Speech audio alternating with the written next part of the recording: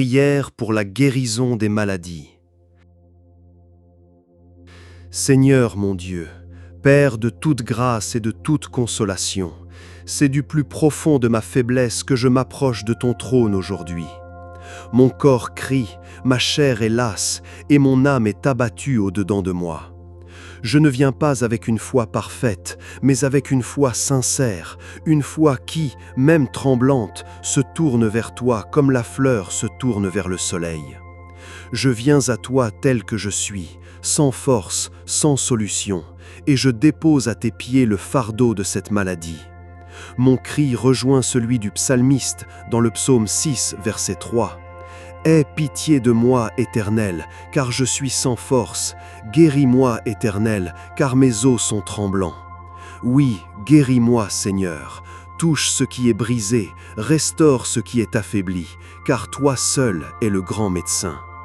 Je confesse devant toi, ô Dieu de vérité, que j'ai parfois cherché des réponses dans le visible, que je me suis appuyé sur le bras de la chair, oubliant que la source de toute vie est en toi.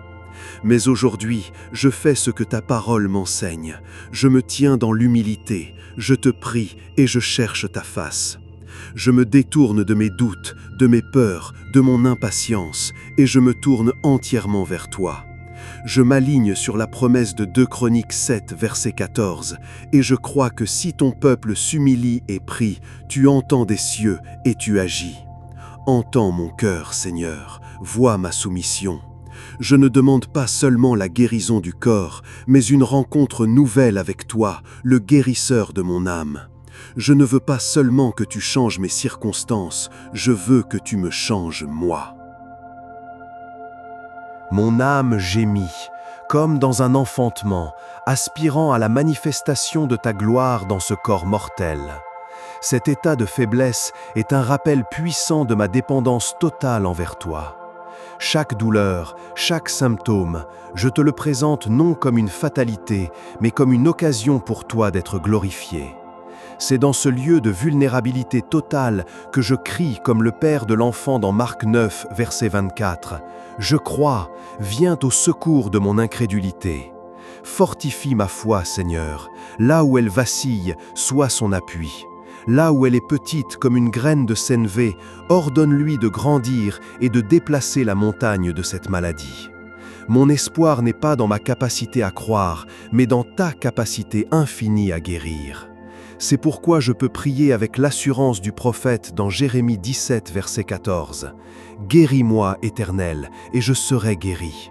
Sauve-moi, et je serai sauvé, car tu es ma gloire. » Tu n'es pas seulement celui qui peut guérir, tu es ma guérison.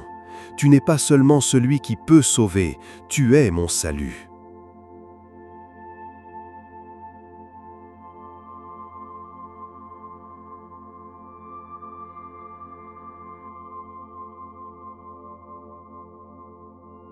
Alors, le ton de ma prière change. Mon murmure de supplication se transforme en un cri de proclamation. Je cesse de décrire le problème et je commence à déclarer la solution. La solution, c'est Jésus. La solution, c'est son œuvre achevée.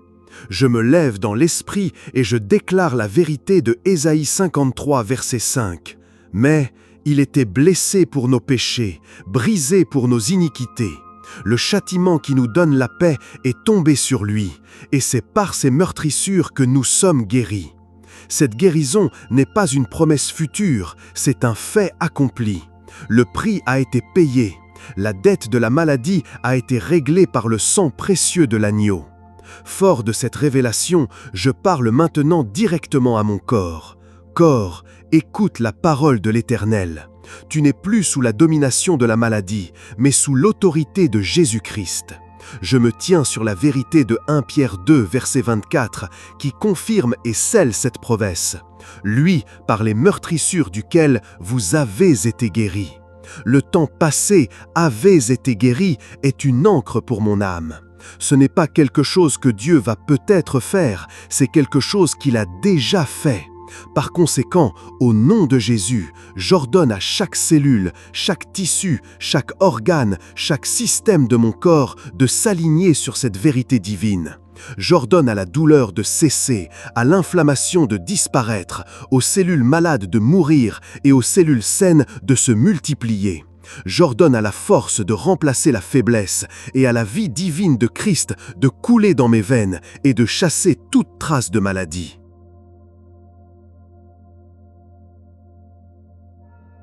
Je fais de ta parole ma médecine. Je la prends comme une prescription divine, plus puissante que toute ordonnance humaine. Car tu le dis dans Proverbe 4, versets 20 à 22, « Mon fils, sois attentif à mes paroles, prête l'oreille à mes discours. Qu'ils ne s'éloignent pas de tes yeux, garde-les dans le fond de ton cœur, car c'est la vie pour ceux qui les trouvent, c'est la santé pour tout leur corps. Je reçois tes paroles, je les médite jour et nuit.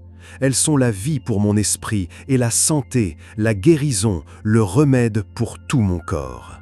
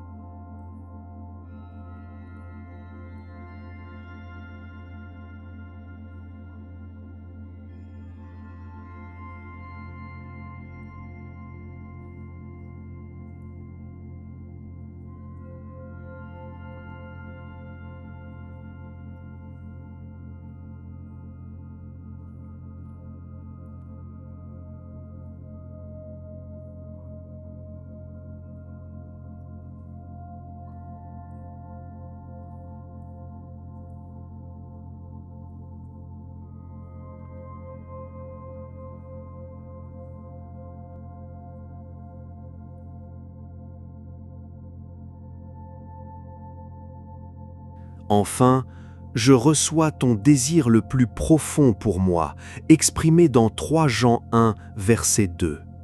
Bien-aimé, je souhaite que tu prospères à tous égards et sois en bonne santé, comme prospère l'état de ton âme.